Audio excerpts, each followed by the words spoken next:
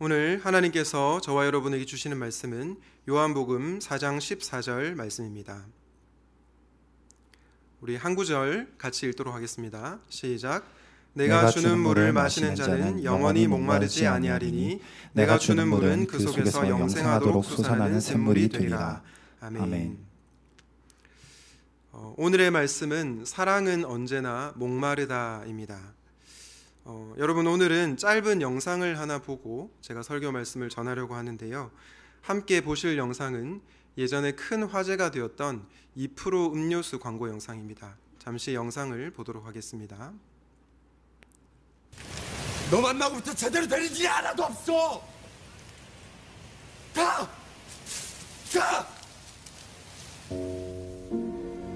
어디서부터 이 이야기를 시작해야 할까?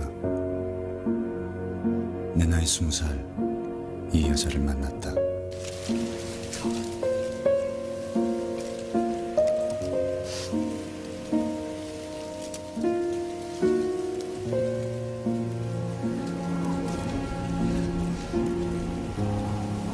너 가라고.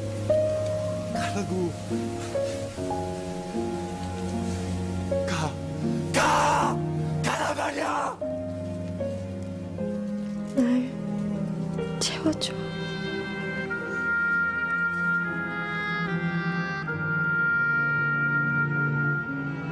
사랑은 언제나 목마르다. 2% 부족할 때. 네, 아마 우리 MZ세대들은 이 영상을 모를 수도 있을 것 같은데요. 저 같은 80년생 MZ는 알 수 있을 것 같습니다. 2000년도 초반에 엄청나게 화제가 된 광고 영상인데요. 영상에 배우 정우성과 장쯔이가 나옵니다. 정우성이 어떻게 하죠? 낙엽을 던지면서 가란 말이 아닐까? 장쯔이가 눈을 이렇게 치켜뜨면서 날 채워줘 이렇게 얘기합니다. 그리고 마지막에는 이런 대사가 나옵니다. 사랑은 언제나 목마르다. 저는 이 광고 영상을 보면서 정말 잘 만든 영상이라는 생각이 들었습니다. 왜냐하면 3분도 채 되지 않는 이 짧은 영상을 통해서 인간의 근본적인 갈망과 욕구, 그리고 채워지기를 바라는 모든 현대인들의 마음을 잘 담은 영상이기 때문입니다. 그래서 이 2% 음료수가 정말 큰 수익을 올렸다는 기사를 읽은 적이 있습니다. 여러분, 사실 누구나 사람이라면 다른 누군가로부터 채워지고 싶은 욕구가 있지 않습니까? 그게 가족이건 연인이건 우리 모두는 누군가로부터 채워지고 싶은 욕구가 있습니다. 제가 이번 추석 기간에 고향인 부산에 다녀왔는데요. 제 고등학교 친구를 만났습니다. 이 고등학교 친구는 교회를 다니지 않는 친구인데 제가 계속해서 연락을 하고 지내는 친구입니다. 그런데 대화를 나누던 중에 새롭게 알게 된 사실이 있었습니다. 이 친구가 어머니하고 자신의 친어머니하고 무려 6년간을 연락을 안 하고 지냈다는 것을 알게 되었습니다. 그래서 제가 왜 6년 동안 연락을 안 했냐 물어보니까 이유가 어머니께서 자기를 인정해 주지 않아서 그렇게 얘기를 했습니다. 사실 이 친구는 굉장히 성실하게 사는 친구인데요. 자기 분야에서 최선을 다해서 원하는 결과를 이루었습니다. 그럼에도 불구하고 어머니는 자식이 하는 일이 마음에 안 든다고 하고 여전히 이 아들을 인정해 주지 않았다고 합니다. 그래서 어머니랑 연락을 하지 않고 굉장히 힘들게 지낸다라는 얘기를 했습니다. 저는 이 친구의 얘기를 들으면서 참 이 친구 마음이 공허했겠다, 헛헛했겠다 이런 생각이 들었습니다. 그래서 제가 이 친구에게 정말 많이 힘들었겠다 그렇게 위로를 전했습니다. 여러분, 비단 제 친구뿐이겠습니까? 모든 사람은요, 다른 누군가로부터 인정받고 채워지고 싶은 욕구가 있는 것이 자연스럽습니다. 그 대상이 부모이건 연인이건 자식이건 간에 모든 사람은 장쯔이가 외쳤던 것처럼 날 채워줘라고 말을 하는 것 같습니다. 사실 오늘 본문에 나오는 사마리아 여인도 마찬가지였습니다. 그녀에게 남편이 5이나 있었죠. 그런데 그 남편과 다 헤어지고 지금은 6번째 남자와 살고 있습니다. 어떻게 보면 매번 다른 남자를 만날 때마다 이 여인은 날 좀 채워달라고 그렇게 절규했는지도 모릅니다.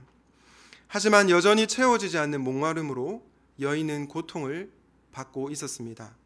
이 고통받고 있는 여인에게 오늘 본문에서 예수님께서 찾아오십니다. 그렇다면 여러분, 도대체 요한복음은 이 메시지를 통해서, 이 본문을 통해서 우리에게 어떤 교훈을 전하고자 하는 것일까요? 먼저 우리가 첫 번째로 기억해야 될 메시지는 사람은 누구나 목마르다라는 것입니다.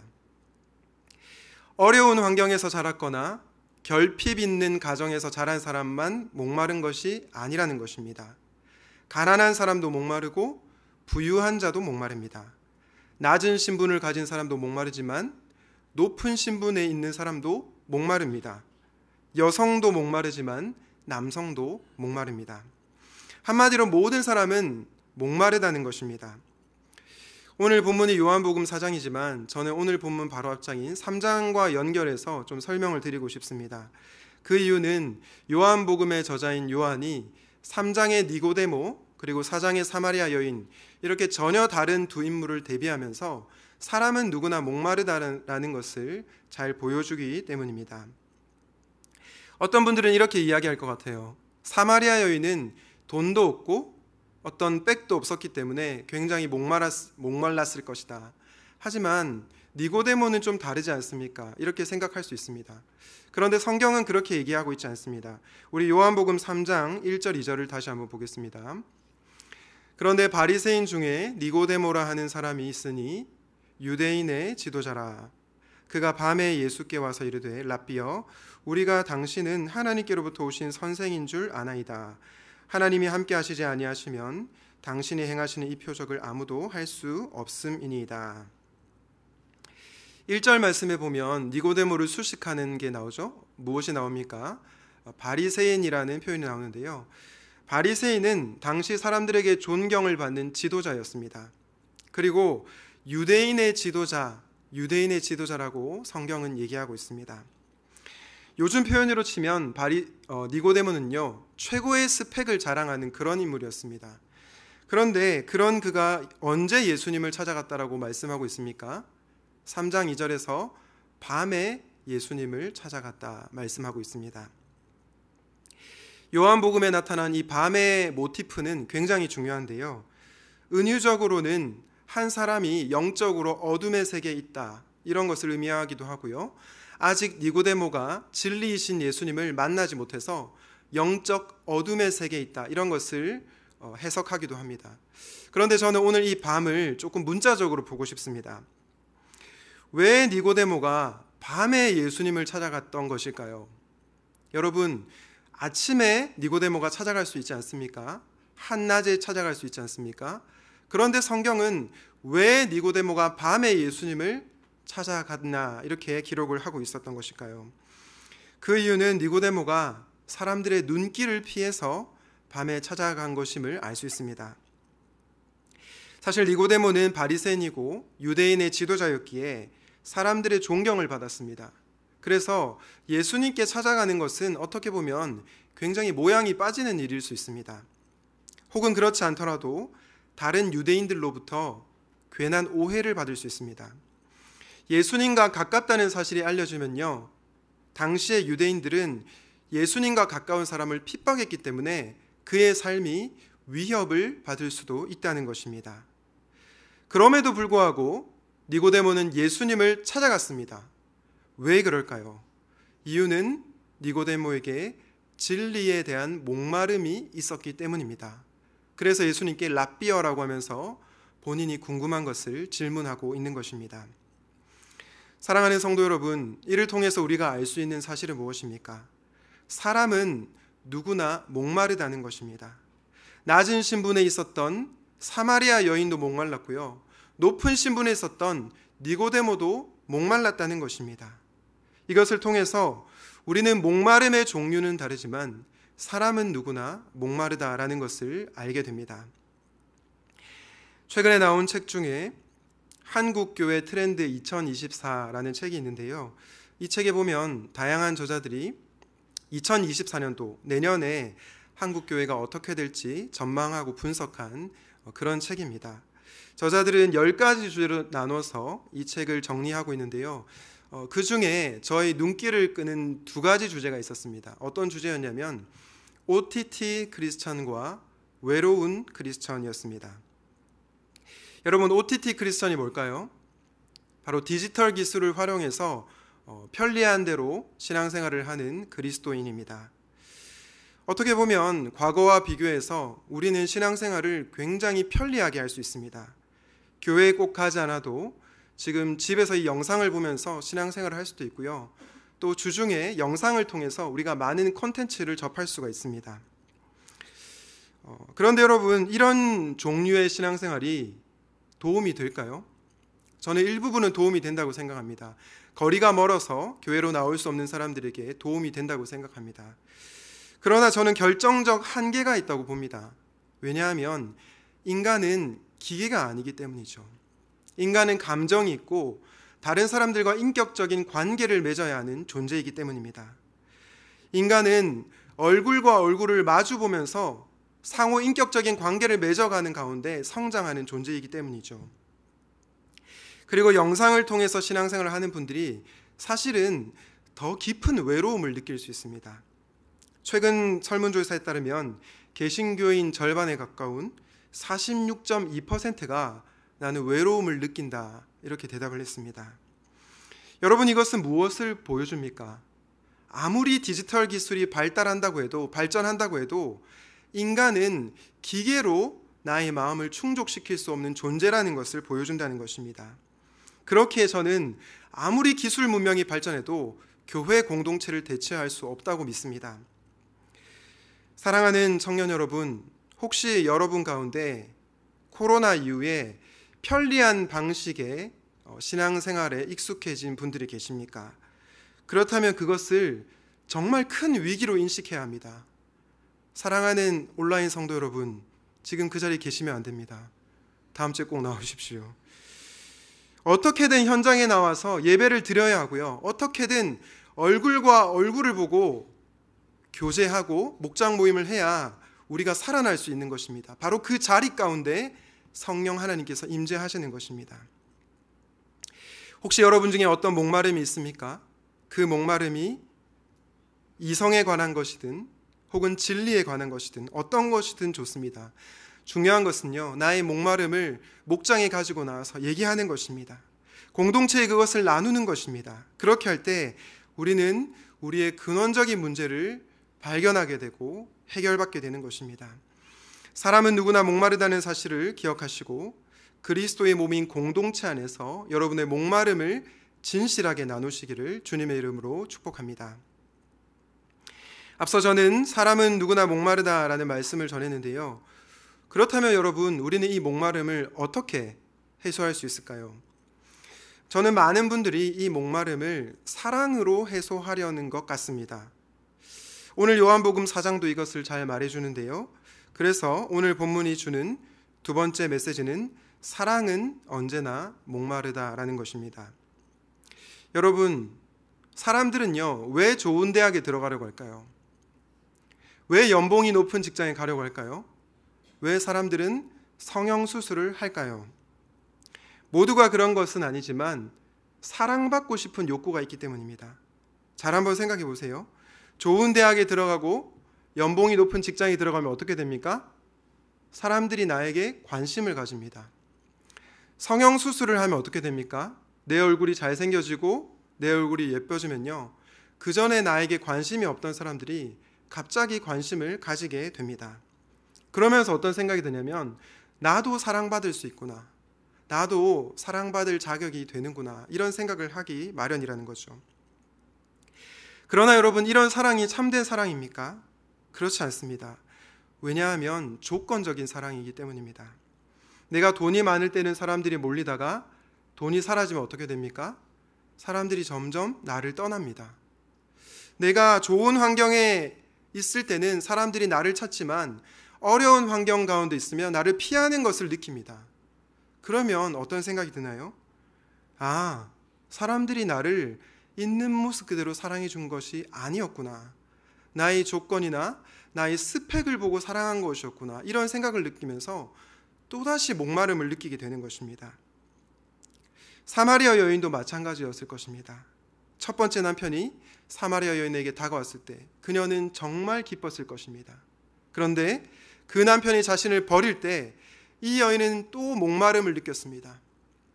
두 번째 남편을 만났을 때 처음에 그녀는 너무 행복했을 것입니다. 그런데 두 번째 남편이 그녀를 버렸을 때 또다시 그녀는 목마름을 느꼈을 것입니다.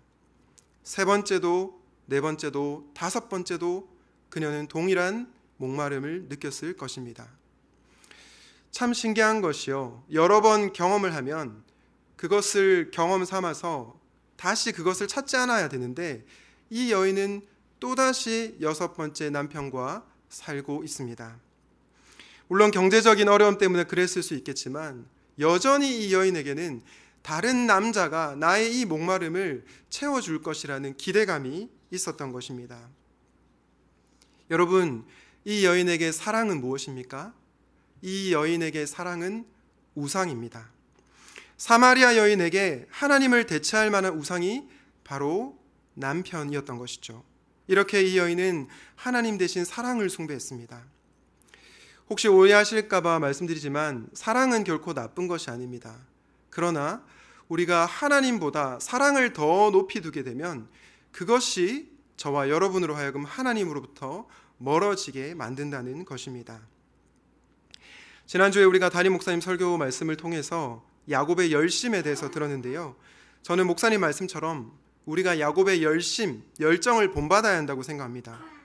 야복강에서 하나님과 씨름했듯이 우리는 하나님과 치열하게 씨름의 기도를 드려야 합니다. 그런데 우리가 이런 야곱의 좋은 점은 본받아야지만 본받지 말아야 할 점이 있습니다. 그게 뭘까요? 바로 하나님보다 사랑을 더 높이 두는 태도입니다. 야곱이 라헬을 위해서 몇 년간 일했습니까? 14년간을 일했습니다. 여러분, 그러면 야곱에게 라헬은 어떤 존재일까요? 라헬은요, 단순히 아내가 아니고 구원자입니다. 하나님을 대체할 만한 대상이었던 것입니다. 그랬기에 그는 라반의 속임수에 넘어가게 되었고요. 또 다른 여인이 레아는 그것으로 인해서 엄청난 고통과 피해를 입었습니다. 이렇게 우리가 하나님보다 사랑을 우상으로 섬길 때 우리 자신도 파괴가 되고요. 내 주변에 있는 사람들도 고통을 받게 된다는 것입니다. 제가 청년 사역을 하면서 우리 청년들에게 꼭 하는 말이 있습니다. 제발 이성교제 하기 전에 담당 교육자와 상의를 하라고요. 그런데 정말 이상하게도 꼭 이성교제를 하고 나서 저에게 얘기를 하더라고요. 아니면 이성교제를 몰래 하고 얘기를 하지 않는 것을 저는 알고 있습니다. 물론 저는 여러분이 얘기하고 싶지 않은 심정을 잘 압니다. 왜냐하면 내가 A라는 연인과 사귀고 싶은데 목사님께 얘기하면 헤어지라고 말할 것 같기 때문입니다. 그런 느낌적 느낌이 있죠. 그러나 여러분, 그것은 정말 여러분의 오해입니다. 저는 정말 좋은 사람이라면 사귀라고 합니다. 여하튼 제가 왜 교육자와 상의를 하라고 하냐면 많은 청년들이 연애를 할 때 하나님보다 사랑을 더 높이 둘 때가 있기 때문입니다. 사랑이라는 감정에 휩싸여서 하나님도 나 몰라라 하고 연애를 할 때가 있기 때문입니다. 그래서 엄청난 고통을 당할 때가 있습니다. 이것은 비단 여러분만의 이야기가 아니라 저의 과거의 이야기이기도 합니다. 성경은요, 분명히 사랑이 하나님이 아니고 하나님이 사랑이시라라고 말씀하고 있습니다. 그러므로 우리는 하나님께로 나오지 않고서는 바른 사랑을 할 수가 없는 것입니다. 하나님과 바른 관계에 있을 때 건강한 연애가 가능하다는 것입니다. 사랑하는 여러분, 사랑은 언제나 목마르다는 것을 기억하십시오. 하나님 대신 사랑을 우상으로 섬기지 마십시오. 그렇게 할 때 그 사랑이라는 우상은 반드시 저와 여러분을 배신할 것입니다. 사랑은 언제나 목마르다는 것을 기억하시고 살아가시기를 우리 주님의 이름으로 축원드립니다. 지금까지 우리는 사람은 누구나 목마르다, 그리고 사랑은 언제나 목마르다라는 말씀을 들었습니다. 그래서 오늘 본문을 통해서 주시는 마지막 메시지는 이것입니다. 삶의 목마름을 해결하시는 예수님께로 나아오라.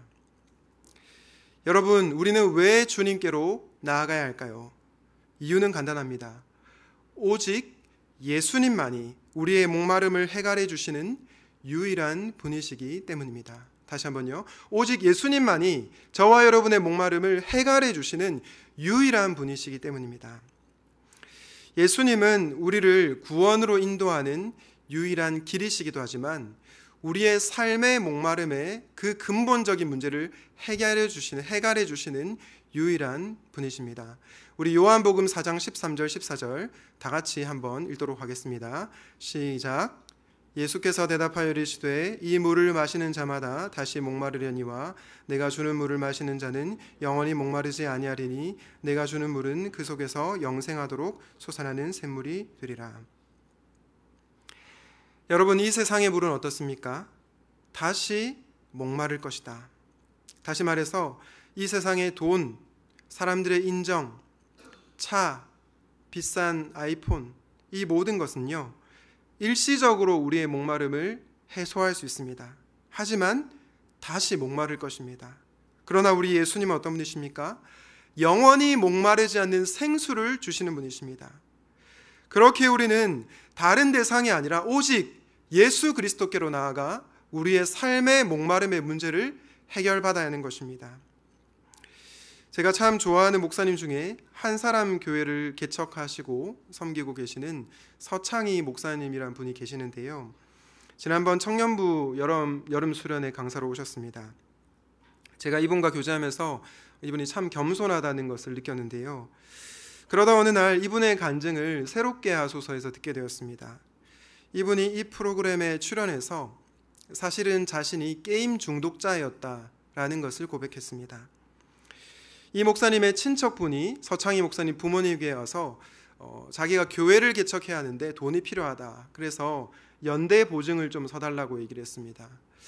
부모님께서 이 얘기를 듣고 나서 교회를 개척한다고 하니까 나쁜 일이 아니니까 보증을 서줬다고 합니다.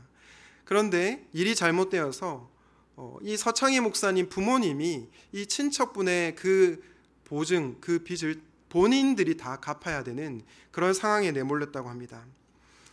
그때 목사님이 초등학생이었다고 해요. 갑자기 어머님이 일을 하셔야 됐고요.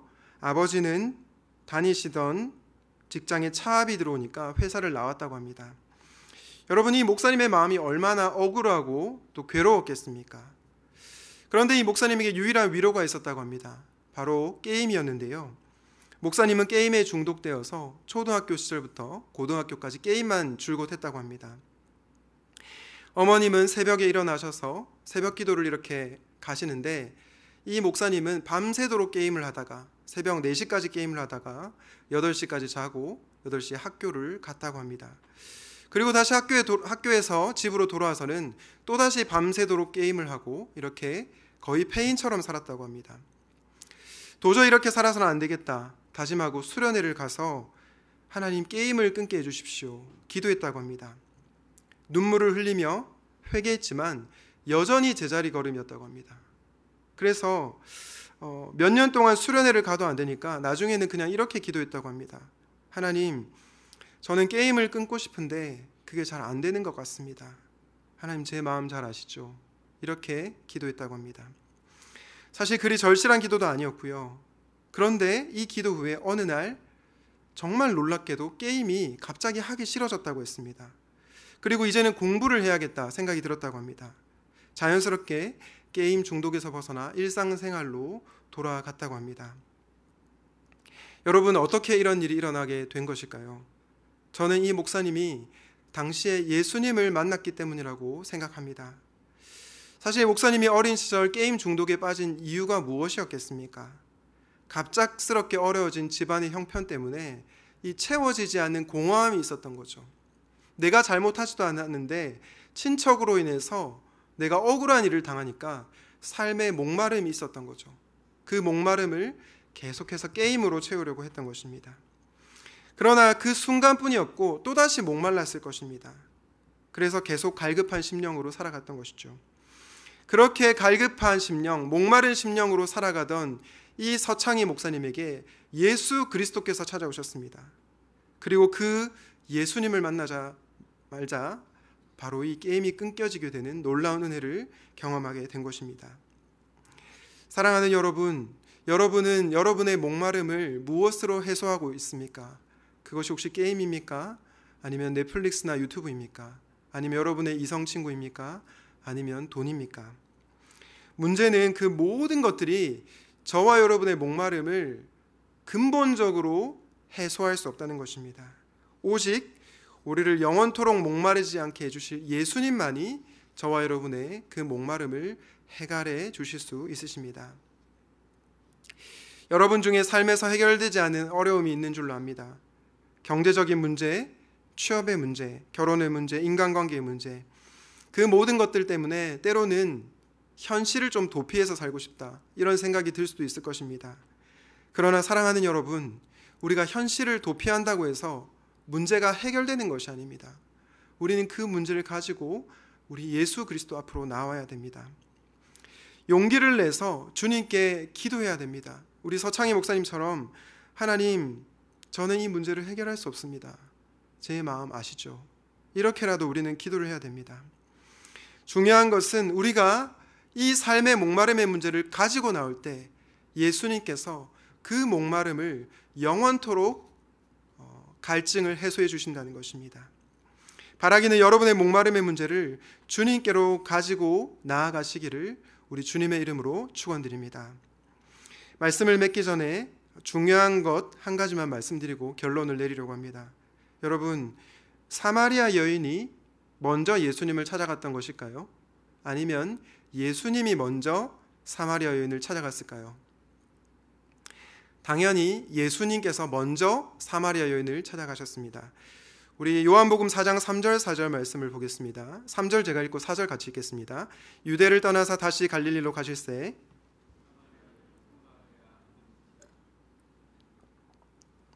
여기 보면 예수님께서 유대를 떠나서 다시 갈릴리로 가실새, 유대가 여기 있고 갈릴리가 여기 있는데요, 중간에 사마리아가 있었습니다. 그런데 사람들은 사마리아인들이 혼혈족이라고 불결하다고 생각하고 부정하다고 생각했습니다. 그래서 이 유대에서 갈릴리로 갈 때 이렇게 사마리아를 지나가지 않고 삥 둘러서 지나갔습니다.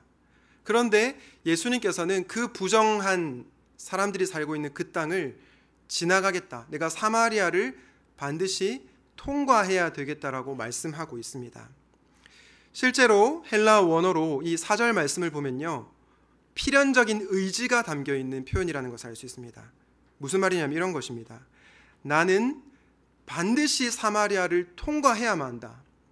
모든 사람들이 다 나를 말려도 나는 어떠한 일이 있어도 사마리아 지역을 통과할 것이다 라고 말씀하고 있는 것입니다. 왜 그렇게 말씀하셨을까요? 바로 사마리아 여인을 만나기 위해서였습니다. 삶의 목마름의 문제로 고통받고 있는 사마리아 여인을 만나시기 위해서 나는 반드시 사마리아를 통과해야 되겠다, 그렇게 말씀하신 것입니다. 사랑하는 여러분, 우리 예수님은 여러분도 동일하게 만나기를 원하십니다. 삶의 목마름의 문제로 고통받고 있는 여러분을 향해서 나는 너를 반드시 만나야만 한다, 내가 너의 목마름을 반드시 해결해 줄 것이다, 그렇게 저와 여러분에게 말씀하고 계시는 것입니다. 다시 말해, 우리가 예수님을 먼저 찾기 전에 예수님께서 저와 여러분을 먼저 찾아주신 것입니다. 이 예수님의 열심을 기억하시고 여러분의 삶의 목마름의 문제를 주님께로 가져오십시오. 주님, 부디 저희 이 목마름의 문제를 해결해 주십시오. 그렇게 기도하십시오. 그렇게 할 때 주님께서 저와 여러분의 근원적인 목마름을 해결해 주실 것이라고 믿습니다. 바라기는 예수님께 나아가 여러분의 삶의 목마름의 문제를 해결받는 은혜가 있으시기를 우리 주님의 이름으로 축원드립니다. 아멘. 오늘 말씀을 기억하면서 내 갈급함 함께 찬양하도록 하겠습니다.